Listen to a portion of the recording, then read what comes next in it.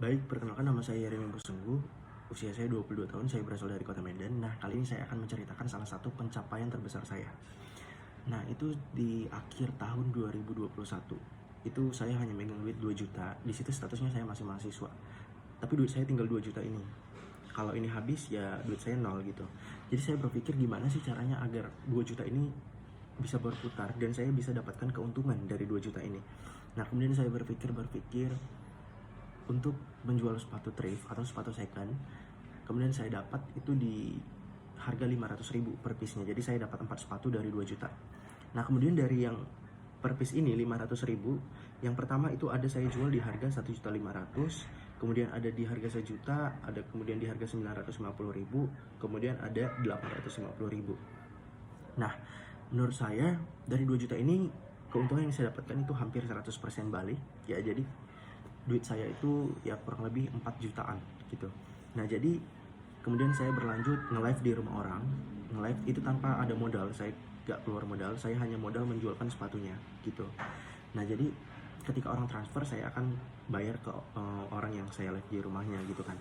Nah, kemudian berlanjut di bulan Februari saya udah berhasil mengumpulkan duit di 20 juta. Kemudian saya beranikan diri untuk membeli bal sepatu isinya 100 piece di harga 17 juta. Nah, kemudian saya live lah di rumah, karena ini kan barangnya udah pribadi milik saya. Kemudian saya nge-live kan di rumah, ya syukurnya itu lancar. Penontonnya itu di angka 500 sampai 700-an kalau saya nge-live sepatu gitu. Nah, jadi keuntungan yang saya dapatkan itu terus berlanjut, dan kemudian itu per bulan saya bisa dapatkan 5 juta, 5 jutaan bisa lebih juga. Kemudian di bulan Idul Fitri kemarin penjualan meningkat, yaitu seminggu saya bisa dapatkan 20 juta kemarin. Nah, jadi menurut saya itu merupakan pencapaian terbesar saya di umur 20, itu waktu itu 21 tahun, masih 21 tahun saya bisa berhasil menjual sepatu dan keuntungannya segitu, dan itu pribadi saya yang kerjakan tanpa ada campur tangan orang tua gitu.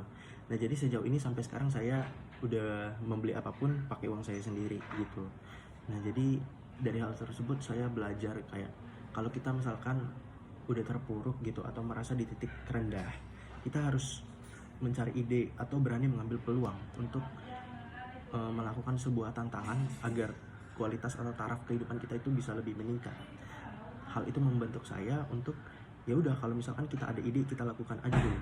Kalau misalkan takut gagal, ya itu urusan belakangan, karena kalau kita gagal, kita tahu di mana kesalahan dan kita bisa memperbaiki untuk lebih maju ke depannya.